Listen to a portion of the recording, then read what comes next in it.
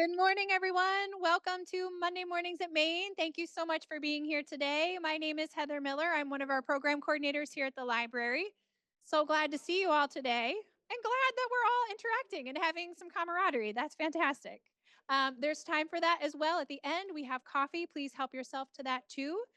Just a quick announcement before we want to get started. I did want to share that next week's speaker unfortunately had to cancel. Mike Lacrone we had scheduled. We were very much looking forward to him coming. Unfortunately, due to some health conditions, he's unable to visit us next week. So we are looking for a new speaker. That's to be determined. So just to let everyone know, next week Mike will not be here, unfortunately. But this week we have a wonderful speaker. We are so fortunate to have with us local author Rick Kyte, who will be speaking about finding your third place. So please give him a warm welcome. It's good to see you all. I wasn't expecting this big a crowd. I didn't know that this was such a good gathering. So thank you very much for coming. And I've been spending the last, I would say, about 3 years working on this little book on finding your third place. And it is about an idea that was a term coined by Ray Oldenburg, a sociologist from Florida. About 30 years ago, third place is where we go to socialize. You think of your first place is home, your second place is work, third place is where you hang out, where you meet people. And he was concerned that third places are declining. And I introduced the idea to a class I was teaching. It was in our graduate program in servant leadership. And people seemed to connect with this. And I would ask students in that program to give a presentation on their third place. And it was very interesting because some people could think right away, what was their third place? Where did they hang out? Where did they spend time with friends and socialize? And then there was always a few people in the class that realized they didn't have a third place. And that proposed a kind of a dilemma. What did they give a presentation on? So they'd end up giving a presentation on some place in the community where they saw other people gathering. But they also noticed that the people that had a third place would have this great enthusiasm for how they would talk about this place where they would gather and their history there and all the friends that they made and like how important that is to their lives. And what I noticed, I did that assignment for about 15 years. I noticed that as those years went on, more and more people in the class would not have a third place. And this corresponds with what we're seeing nationally, that we're finding social gathering places disappearing. Neighborhood taverns, neighborhood coffee shops, although we've seen a resurgence in coffee shops, but cafes, places like Fazie's and Rosie's, right? We lose them and we're not getting them back. We're especially not getting the neighborhood ones back. And so we're losing a lot of third places and we're not replacing them as fast as we're losing them. And I saw in this idea of the third place kind of metaphor for a number of things that are happening in our nation and a way to identify what we can do that's positive in our world, because there are a lot of negative things also going on, we need some positive things that we can focus on. And one of the positive things is how we gather with other people, how we create the conditions of friendship. And I also was looking at a lot of the social science research that shows why this is so vitally essential. We argue about a lot of ultimately non-productive things, and we don't focus enough on the things that are really important. And so I want to start this presentation by putting this into somewhat of a bigger context and just asking you a question like, how are you feeling about the state of the world right now? And especially like over the course of your lifetime, do you think things have gotten better or worse? Right? How many think that things are worse today than they were 60 years ago? Okay. How many think things are better than they were 60 years ago? Okay, so what I'm going to show you is some pretty good evidence that things are both better and worse. Okay, but if we look objectively, if we just ask the question, like for most people in the world, are things better and worse? We have a pretty good answer. But here's what's like even more important. Most of the people in the world are really pessimistic about this. And there's only a couple countries where we even get close to even half the people thinking that the world is getting better, and that's in China and Indonesia. The rest of the world is really skeptical about what's going on in the world. And here's what's most interesting. In these countries here where we have the most developed nations, the most advanced technologies, and the most productive economies, these are where people are most pessimistic. Why is it that in the places where living conditions are the best, people feel the worst? This is a really interesting question. If we look at the objective evidence, if we just ask, like, kind of objectively, is life getting better or worse in the last 60 years? There's no question things are much better. It's not even close. You just look at all kinds of statistics, like what's going on with poverty. Extreme poverty for most of the world's history was right around 95%. That is 95% of the population never knew where their next meal was coming from. And even in 1950, about 75% of the world lived in extreme poverty. A lot of you remember, like 60 years ago, those UNICEF commercials which showed children who were starving in Africa, right, with distended bellies. And famine was a real concern at the time. We've done so much to address those kinds of problems. Our main problems now with food is not lack of food, it's poor nutrition. Okay, but that shows a real advance in where we were 60 years ago. Look at something like child mortality. For pretty much all the world's history prior to industrialization, about 40% of the children died before the age of 5. That was just the way that it was, and that was that way all over the world. And we made tremendous progress, and now we're at around 5%, just slightly under 5% of children that die before the age of 5, which in absolute numbers is still a lot of children, but it's much better than it used to be. What's happened with life expectancy? Life expectancy has been going up. This is the story of like the twin benefits of both industrialization and capitalism is that economies are doing better.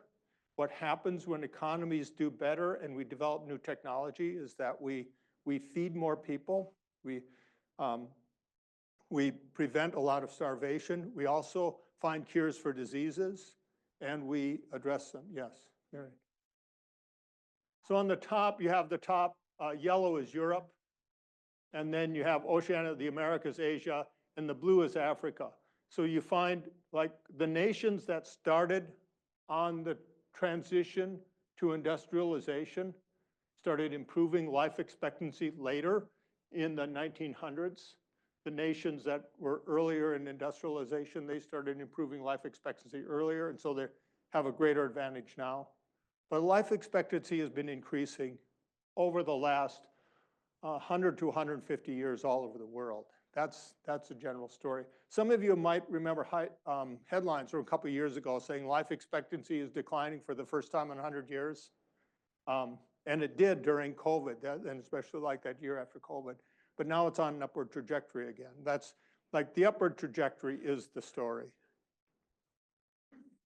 So here's what's odd about this. So I could show you 40 or 50 slides showing all kinds of objective evidence, the ways in which the world is getting better.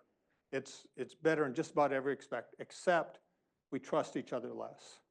And that decline in trust has been happening for a long time, although we've only been measuring this since about 1970 because we didn't really identify it as a concern before that. But you see, in the United States, we had around 50% of people in 1972 thought others can be trusted. Today, that's around 30%. That's a really sharp decline. And it's not just other people, it's institutions as well. Here we have the increase in anxiety, and we've only been measuring this since 1990. There's a lot of what we call the measures of social and emotional well-being that we didn't really start measuring consistently until the early 1990s because we weren't really identifying them as like important markers of well-being. We've always thought things like health and life expectancy and nutrition. Those are important measures of well-being. We just started measuring the more subjective things recently. And what we're finding is that they're declining. And they're declining most in the most advanced countries.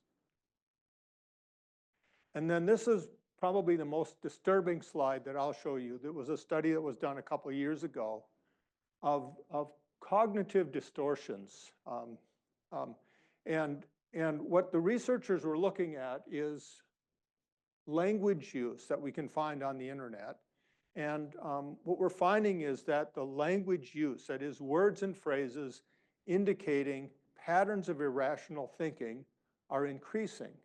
And patterns of irrational thinking that we name as cognitive distortions, these are things like blaming or catastrophizing or personalizing, saying like, why does this always happen to me? Or so-and-so, you are to fault, or thinking that everything is black and white, there's no middle ground. All of these patterns of thinking are characteristic of somebody who's in depression.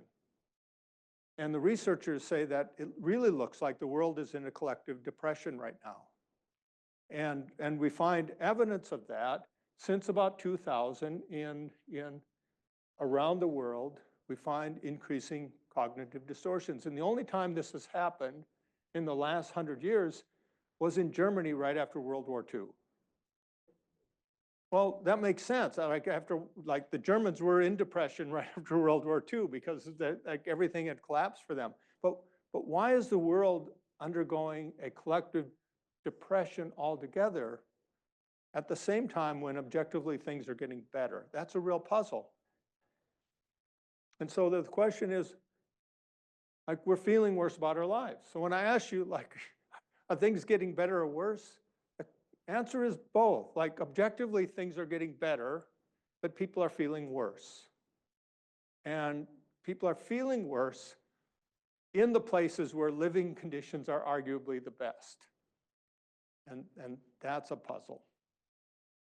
I was trying to find some kind of indication, like, since we only started measuring subjective well-being around 1990 or so, I was trying to see if there's some way of coming up with evidence that goes back farther. And I started playing around with something called the Google Ngram. The Google Ngram is a program that you can access on your computer. Just look up Google Ngram, N-G-R-A-M, and you can type in any words or phrases, and it will show you the relative frequency with which those words or phrases occur in the English language going back to 1800. And I started typing in various kinds of word pairs, and this one really struck me. I typed in the word self and friend. So here in red is the word friend, and here in blue is the word self. What we find in 1800, we used the word friend 3 times as much as the word self. And by 2000, we were using the word self 3 times as often as the word friend. And they cross in about 1910. So that doesn't actually tell us that we've become more selfish, but it tells us like where our attention is directed, right? Our attention isn't directed as much to friends, it's directed more towards self. And there's other kinds of measures of things like individualism that shows like every generation is more individualistic than the previous one. Well, that makes some sense if you kind of think of like individualism, like the ability to do things on your own and for yourself. That this is kind of what technology does, is it provides us great power and convenience, most of it individually exercised, and which are generally good things. We have more freedom, more abilities because of the advances of technology, but we're not as dependent on other people for our survival. And that's certainly obvious. Like when I grew up in the small town of Frazee, Minnesota, which is home of the world's largest turkey. That's probably why you've heard of it. And like our interaction in the small town economy, like you had to interact with a number of people every day in order to get through the day. You couldn't isolate yourself in your home and choose not to participate with anybody else, because like where are you going to get your food? And like like even things like entertainment, like TV wasn't very good, right? But you couldn't do Uber Eats and things like that, right? You couldn't order online, so you're going to go out, and so we become much less interdependent, and that is reflected in this use the word self and friend. I think the most convincing explanation I found is just the advance of technology. That makes it easier for us to do things on our own. But it's not just that technology is developing and increasing, it's increasing in the speed of development. We're developing new technologies faster than ever. It used to be that there was a long period of time between life-changing technologies. So you go back, you think of the printing press here in 1400, and then 1600 is the telescope. There's like 200 years between life-changing advances in technology. And then you get the steam engine, another couple hundred years. And then 50 years later, the telegraph. You get advances, but they're far removed. And the other thing, even those technologies are life-changing, they don't have an immediate impact in how we interact with one another. It takes a long time for things like the steam engine to change how people are actually living in relationship with one another. But when ChatGPT came out with their latest version of artificial intelligence and released it to the public 2 years ago, it was 2 weeks before I had a paper from a student written by ChatGPT. 2 weeks, right? Not decades or years, 2 weeks. And I teach at Viterbo University. We didn't have policies because submitting a paper written by artificial intelligence is not plagiarism. Plagiarism is copying somebody else's work. It's an original work. We don't have policies about it. It moves so fast that like we couldn't even adapt. This happened to universities and schools all over the country. And that's become the norm now, that new technologies, they're extremely disruptive because, not just because they happen so quickly, but they have impact, so they get spread so quickly that they interrupt all these patterns of relationships that we develop and have developed over time.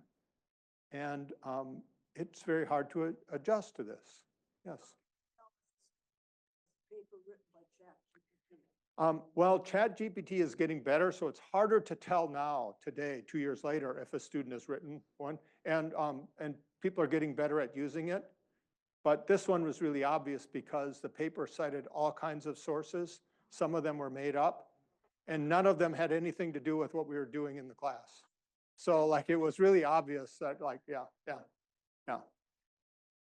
And the student wasn't that good of a writer, and then the paper was better written. So there were some obvious tells. But here's the other thing, our brain development can't keep pace with technology. So it used to be when technologies were coming at a relatively slow pace and they weren't impacting us real quickly, we had time to develop, our brains could catch up, and our patterns of organizing societies could catch up also. And right now we can't. Like technologies are coming out one after another, and they're causing all disruption in how we interact with one another and how we think. And this is really disruptive. So where has this had the greatest impact? Well, the latest technology that's had considerable impact, say over the past 20 years or so, is really smartphones and the development of social media as a way of communicating with large numbers of people immediately. And this has had just a transformative effect on society, making communication much easier and much more impactful. I mean, you can immediately communicate with millions of people. However, it's also had these subjective well-being impacts, and the primary measure that we're looking at is anxiety. And what we're finding is that it's had a real significant impact on young people's levels of anxiety. And we know that there's been a lot written about what's going on with young people, especially Generation Z right now. We know that increasing rates of depression, loneliness, and anxiety are due primarily to the combination of smartphones and social media. And that's because when we look at all those measures, it really starts in 2012. 2012 was the first year that a majority of middle school kids in this country had both their own smartphones and their own social media accounts. And so if we look at levels, this is green is over age 50, yellow is age 35, 49, red is 26, 34, and then blue is 18 to 25. You look at the levels of anxiety are different for each generation, but just slightly different. But look what happens at 2012. What's interesting here is that for age 50, there's actually a 7% decrease in anxiety since 2010. I mean, this is normal kind of variation. You have these slight variations up and down over time. But what's not normal is this really rapid increase for youngest people. Now, why is that? Because, well, they're the earliest and the most thorough adopters of the new technology.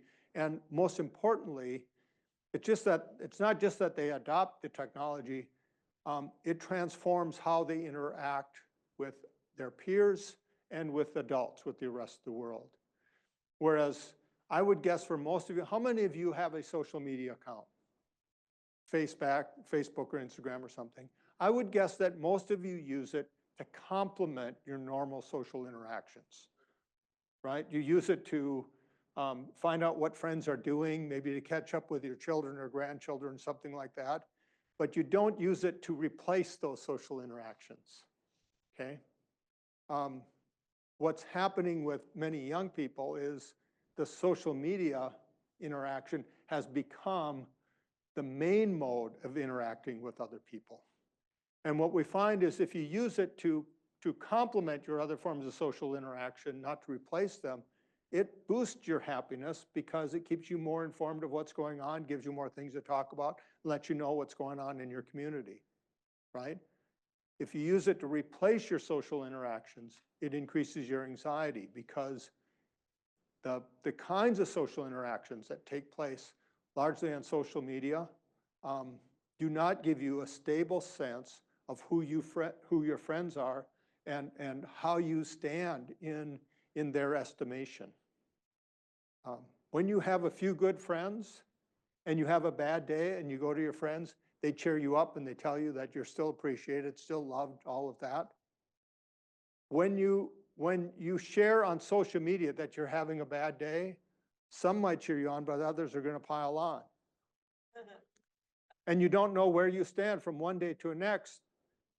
How you stand in the estimation of your peers is going up and down. It's wildly fluctuating in a way in which our normal social interactions don't wildly fluctuate. They're fairly stable. This makes a huge difference in our psychological well-being. So we see depression has gone up, and you see the same thing around 2012. It really starts going up, more for girls than for boys. Undergraduate students with both anxiety and depression has gone really up, and this begins around 2010. It's a common thing. Most universities cannot keep up with the demand for counseling services. High schools can't either. Simply can't hire enough counselors to meet the demand. And then if you look at, well, how many hours does it take to really have these effects? We find that like 1 to 2 hours doesn't have too much of effect. But when you start spending 3, 4, 5 hours a day on the digital world, it has a profound effect. And then if you look at what are the average hours spent on social media, you find like 11 to 14 years, average daily screen time is 9 hours a day. So the average amount of time that young people are spending with social media, that means not spending in face-to-face interaction, is really high, and this is where you have these severe effects. And so what's happened, the only country that's really studied daily use, how daily use has been spent by by children is the United Kingdom, going way back to about 1975. And what we find is that what's gone up is first screen-based activities, but also participation in sports and homework have also gone up. And we say, well, those are positive things, right? What's gone down considerably is socializing outside of the home and outdoor play. Now, why are those so important for development and for psychological well-being? Anybody have a thought? Yeah. When I was a little child, I had to vet my own time outdoors, and we were told to go outdoors. We put on mom's leg. Right. Yeah. Minds, right? To be creative, and nobody has to be creative anymore. Yeah. So, and we find that various forms of creativity have a real anxiety calming effect, and they boost our happiness. So they have an effect on lowering depression. So creativity is like really important for human beings, and say especially in developing years, but it's important all throughout our lives.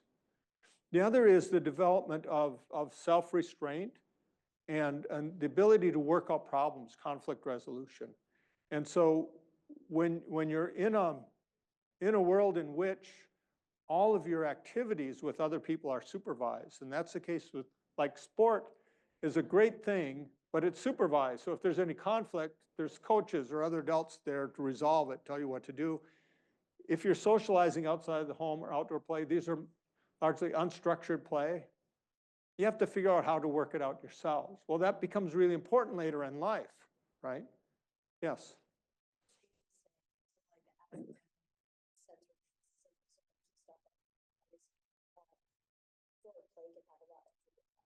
Yeah.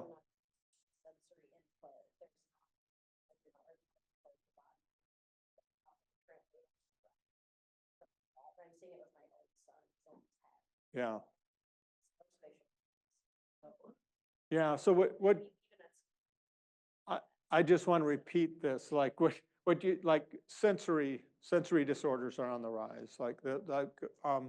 Yeah, our interaction with the physical world turns out to be really important for our overall, like our emotional development, but just for the brain development, it's really important also. And so this is the odd thing. We're starting to learn that all kinds of things are really important that we took for granted, that we just had to do. Like it turns out that boredom is really important. How many of you complain about being bored as a kid? It turns out to be really important for your development to be bored once in a while. Yeah, yeah. Because you also figure out then creative ways of not being bored. And so, yeah. They talk about, I think it's for the millennials who are getting rid of their smartphones and going back to flip phone and things like that. Yeah. Yeah. So there's a number of good things. I think, yeah, like she asked if I'm finding that some millennials are like getting rid of their smartphones and going to flip phones and so forth. There is a movement towards more face-to-face interaction, finding ways to do that. And there's certainly a greater awareness of the dangers of spending too much time on digital devices. And this is across age levels. We have many more schools now that are banning cell phones for at least part of the day, sometimes the whole day. Around here, Alaska High School is doing that, and they're finding really good results. The first couple of weeks, a lot of complaints, especially from students, but also students reporting that they're doing much better in school, that they can focus more on their work. And we'll find out really kind of towards the end of the year what result has this had on their friendships. Because this is the real problem. Time spent with friends has been declining, and it's declining more rapidly among youth. But here's the thing, it's been declining for everybody, and it really dropped just before 2020. 2019, time spent with friends started to go down. It reached a low point in 2020. Well, of course, like a lot of us were stuck inside. But it started dropping in 2019 for all age levels. Why is that? And it hasn't recovered. A lot of people aren't coming back to doing in-person activities like you are all doing right here. Just haven't started doing that again.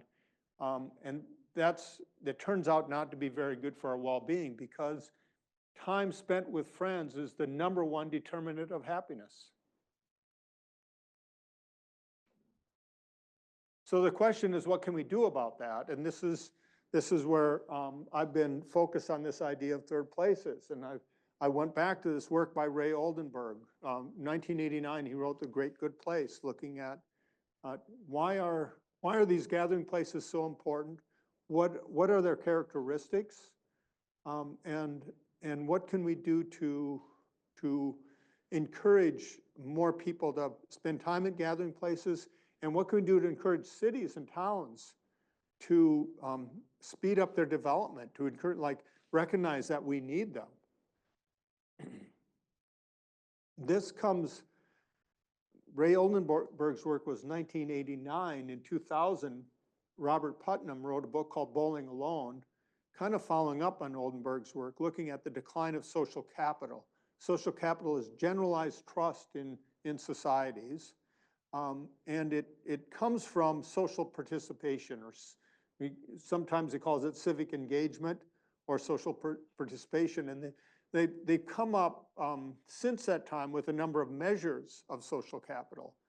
Can we actually measure how much social capital is in a community? Well, we can. We do surveys where we ask people questions like, how often do you talk with your neighbors? How often do you vote? What organizations do you belong to? How much time do you spend at those organizations? So all these measures of how much time and attention you give to being outside of your home or outside of work, interacting with other people in your community.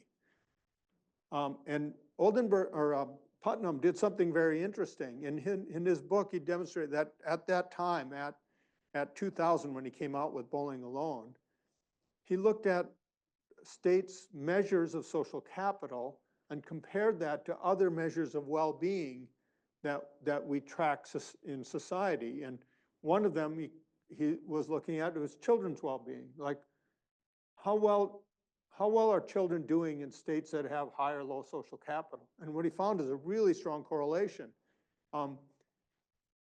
Social capital on that end is higher, this end is lower. This end, children are not doing as well. Up there, children are doing better. And we find states that are really high in social capital, up there like North Dakota, Vermont, South Dakota, Minnesota, Wisconsin, Iowa, children are doing much better. States that are low in social capital, where people don't interact with each other as much, Mississippi, Louisiana, Alabama, Georgia, Nevada, children are doing much worse. Now that's just a correlation. That doesn't mean social capital causes it, but he had all kinds of graphs in this book where he measures, like, how can we compare social capital to other outcomes? And here's educational performance, and it's an even stronger correlation. States where people are active and know their neighbors and participate in service organizations and churches and go to PTA meetings and things like that, those communities have much better educational outcomes. And states where people are not as active have much worse educational outcomes. And it makes a lot of sense. I spent 6 years in Memphis, Tennessee. Our oldest child started going to school there, the first K through second grade. Tennessee, pretty low in social capital. I remember the first time I went to a parent-teachers conference, 3 parents showed up.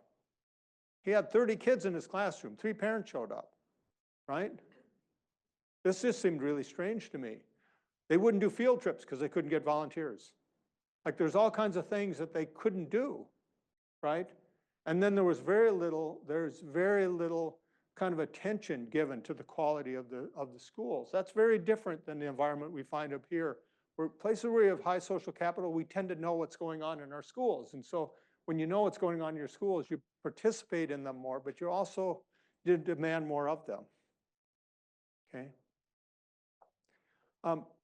I find this also very interesting because we argue all the time over, like, Democratic versus Republican policies for things like education and children's welfare and so forth.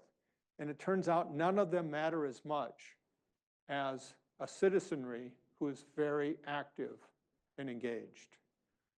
Because when you have a really active, engaged citizenry, even bad policies end up getting implemented fairly well. And when you have a disengaged citizenry, the best policies get undermined or implemented ineffectively, right? So this is the murder rate, and what we find is states with high social capital have really low murder rates. It goes for other kinds of crimes as well. If you have very engaged citizenry, you tend to have low crime. If you have disengaged citizenry, you tend to have high crime. And then there's one other correlation I found. I was looking at this map one time. This came from the Pew Center. They were looking at the record of economic mobility. Like this is what is the likelihood that children born into poverty can rise out of poverty and improve their economic condition over the course of their lifetime.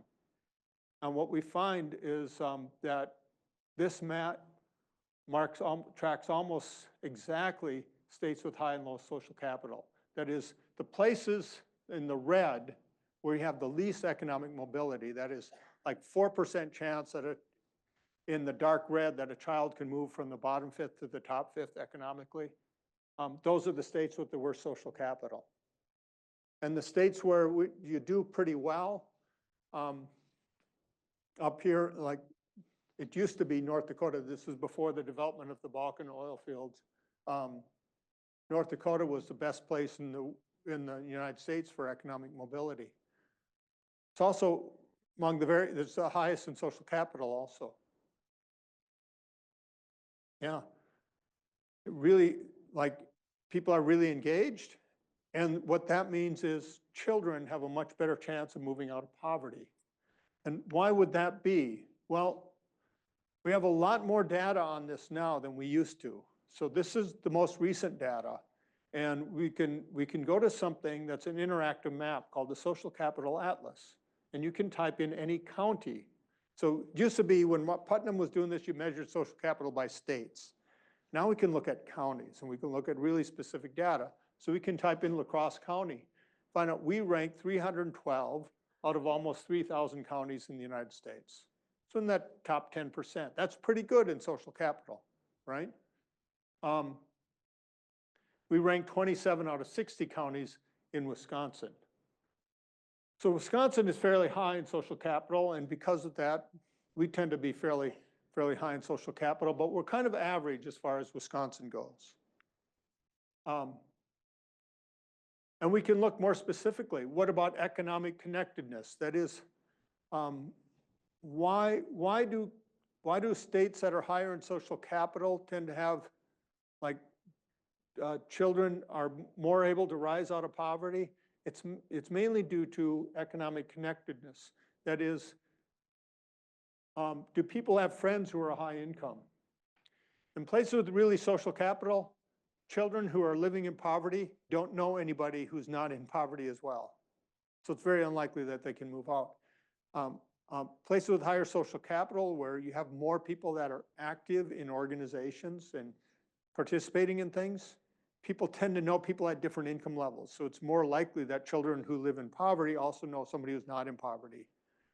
And this is really beneficial for them, both for imagining a different kind of life, but also for networking and moving out of poverty later on. The other thing that's really important is what researchers call friending bias. And this is this part right over here. And what you find out is on this end, you're less likely to make friends with strangers. On that end of the scale, you're more likely to make friends with strangers. And it turns out La Crosse County is on the lower side. We're less likely to make friends with strangers than other counties in Wisconsin. That is why we're 27 out of 60. We have high economic connectedness. People know people at different income levels. We're less likely to be friends with people at different income levels, okay?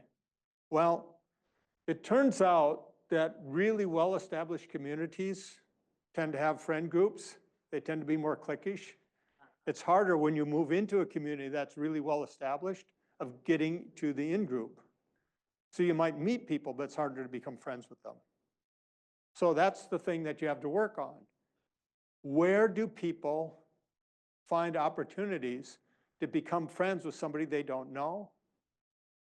In third places, right? In third places. Because if you have friend groups that are already established, you have groups and organizations and things, and people like are members of their organizations, and then they invite other friends they have to become members, but then they have gatherings at homes. And so a lot of us have gatherings at our homes, and we invite people that we're already friends with and family members, things like that. It's hard for strangers moving into a community to enter into those circles. But what about like the local bookstore like Pearl Street Books that has an event where they have different reading groups where people come to read? Or what about the library that hosts an event like this that anybody can come to? Did you notice there was just a little bit of engagement when we were trying to get this program started? Like it took Heather almost 5 minutes to get you to stop talking to each other so you just listen to me. Right? That's all a good thing. That's probably the most valuable thing that happens today, is that you were all talking before the program started, because that's what this is about. The ways in which we need places in the community to gather so we can come there and then interact with one another and get to know one another. And this turns out to be the main thing that develops social capital, but it also has these other really important benefits. If we look at the kinds of places in communities that have the lowest friending bias, it's not what so many people think. It's not neighborhoods. Neighborhoods tend to be pretty segregated. Neighborhoods have a higher friending bias. Colleges and high schools also are not. High schools used to be, but since cell phones have developed, they become less, let's say, like this is one of the slides I didn't show you. When we do surveys of like how much time do you spend with friends, the number high school kids report every year for the last 15 years, they're reporting that they're spending less time with friends. Why is that? They're spending just as much time in school as they ever were. How can they be spending less time with friends? Unless they don't regard the kids that are in the classroom as their friends. You know, so this is very interesting. But where is it? Recreational groups, workplaces, recreational groups, and religious groups. Recreational groups and religious groups. I want to think about that. Why is it that these are places that people are very likely to make friends? Well, because you make a commitment, you join, and you go regularly, right? Yes. Oh, and those two would be more like-minded people. Recreational and The people that come together, yeah, because they share interests. Yeah, yeah, yeah. But when we look at what helps people to develop friendship, it's regularity of interaction. Okay, so it's joining something. And so we find like third places, there's a lot of places that are like this: libraries, cafes, coffee shops, churches, parks, gyms. One of the really interesting third places that's really growing fast. It's the fastest growing sport in America right now is pickleball. Pickleball courts are great third places. Why? Because people tend to go regularly, and it's a very social kind of activity. I've never played, but people I know that are enthusiasts about it just keep talking about all the people they meet there, right? That's really important. You have to like pay attention to those sorts of things where people are gathering. There's newer forms of third places which are really good. When Ray Oldenburg wrote his work, he was mainly talking about cafes and coffee shops, talked about those quite a bit. But some coffee shops turn out to be really good as social gathering places and others aren't. You walk into some coffee shops and everybody's looking at their phone or their laptop. There's nobody interacting. You're not going to go in there and have social interaction. Well, then it's not a third place, right? It might be a coffee shop, but it's not a third place if people aren't interacting with one another. Yeah. A month ago, I went to McDonald's, sitting there and beside me at a table of four teenagers. They're talking, but they've got their cell say, what do you mean by that? They're talking to each other at the table. Yeah. On their cell phones instead of looking at each other. Well, I mean, yeah, so they're finding, they're, the social interaction is mediated lots of times through the digital devices. And when you spend a lot of time, that you develop a comfort level, so it becomes habitual. It's not really ideal. One of the things we're finding in measurements of empathy in young people, that empathy is not developing as much, because it's a skill that develops over time. This ability to read another person's emotions from their facial expressions and their body language. If we spend less time in face-to-face interaction with other people, we're going to get less good at understanding what emotions they're going through. So there's, like, the police department in Spokane, Washington now does training for its new recruits in how to recognize emotions, because they found out some of their recruits couldn't distinguish between fear and anger. Well, if you're apprehending a suspect and you can't tell if the person is afraid or angry, that's problematic, right? So like we learn things through the face-to-face interaction. Thousands and thousands of hours over childhood spent time in face-to-face interaction makes us better at reading people's emotions and communicating. Then we get more comfortable at doing it too. Okay.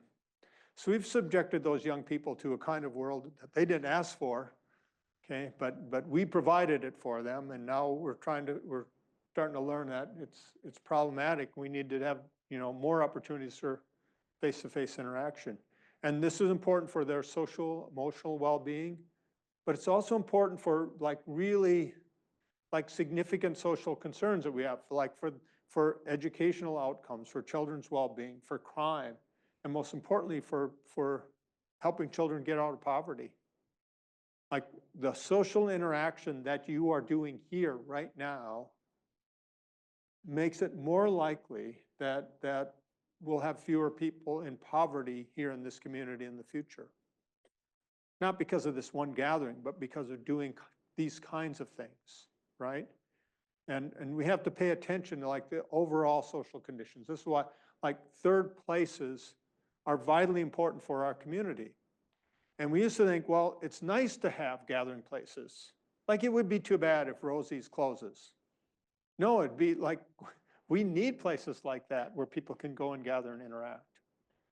Like, we need places like libraries where we can have programs like this where people can show up on a regular basis and interact. Like, all those kinds of places are really important. And so in the book I wrote, I talked about how do you find third places and find places to join, find people that share your interests, and then most importantly thing is make a commitment to going regularly. Like, you can't just drop into a cafe once in a while and expect the friends to show up. The friendship takes a long time to develop, and it takes a lot of social interaction.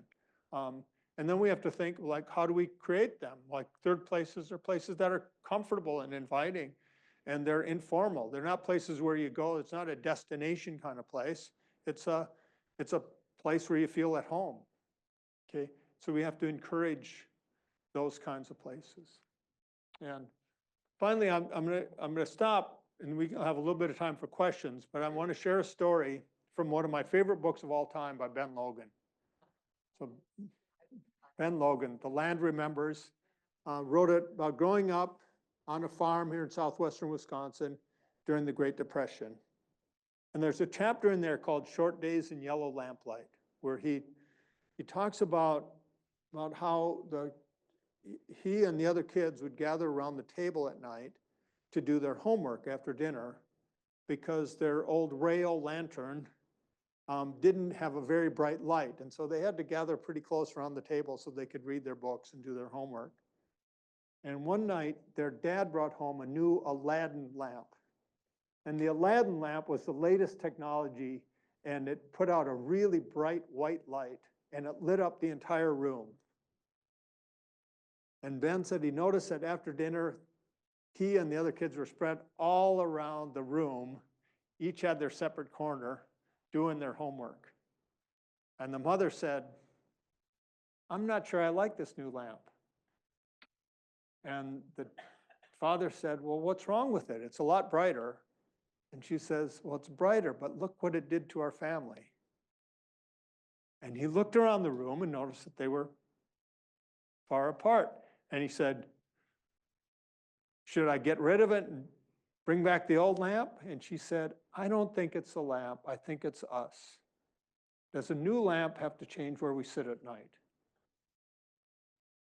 And I think it's a wonderful parable for how we should regard this world we're living in with all these technologies that change how we socially interact. And there's a lot of benefits to them. But do they have to change how we daily interact with one another? And I think that's a choice. And I think it's a great challenge that we're facing right now, is kind of figuring out, do we let the new developments of technology shape our social interactions? Or do we decide what we want our social interactions to be? We make those choices, and then we use the technologies in the ways that they can be useful but not harmful. So, thank you very much. So, yes, question. How the gossip started. So it's A lot of gossip is started. places like Kyte, so Yeah. Well, yeah, you're right. A lot of gossip starts there. A lot of gossip starts on social media. Okay. So we find ways of sharing stories about one another, no matter how we interact. It turns out, though, that we're more responsible to one another when we're interacting face to face. So when we're talking about, this is the problem with gossip. When we're talking about somebody who's not there, we're much more likely to say critical and irresponsible things than if we're talking to them face to face. Okay. And this means that when we're talking on social media, we're almost exclusively talking about people, not to them. And our talk tends to be much more irresponsible. So even though there is gossip that takes place in those gathering places, I think it's less than what we have without it. So thank you, that's really good. Anybody else? Quick question or two? Yeah. Are you seeing a reversal? Are you starting to see a reversal? And is it happening as fast as other happened? The force of technology, it's so widespread and it happens so quickly. It's really hard to keep up with all those changes. But I'm seeing a much more concerted effort to pay attention to the quality of our social lives than we've ever had before. We're starting to measure the social effects of things. And so we know more about it. There's groups of people that are really interested. I see young people all the time that are really interested. Most of the requests that I've been getting to do interviews, and I do interviews a couple times a week with somebody about third places now for the past year. It's mostly young people. It's high school and college students who are like doing research on third places, or writing for a student newspaper, doing something like that. They're really interested. And when I talk to them, they're really well informed about the various ways in which they're either both interacting and failing to interact. And so I do sense a movement. It's hard for me to know how big the movement is, because I'm so now tuned into the inside of the people who are really engaged in it. It's happening more like in the school environment versus a family environment? Where is it happening most? You ask, is it happening more in schools or communities or families? I see it happening everywhere. I think a lot of young parents are really well aware of the dangers of digital devices, and so they're very concerned about this.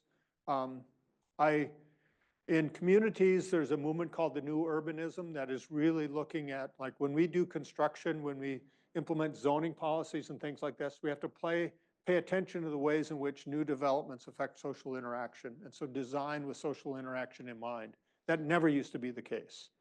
fact, it used to be the case, we would design new communities with transportation in mind, which negatively impacted social interaction. Now we're thinking about, so we're thinking about it all, in all these different places. Yeah. Of years, I read the land numbers, but I think Ben Logan wrote several books. Yeah, yeah. He wrote several books. I don't think any of them were as good as The Land Remembers, but they were, yeah, yeah.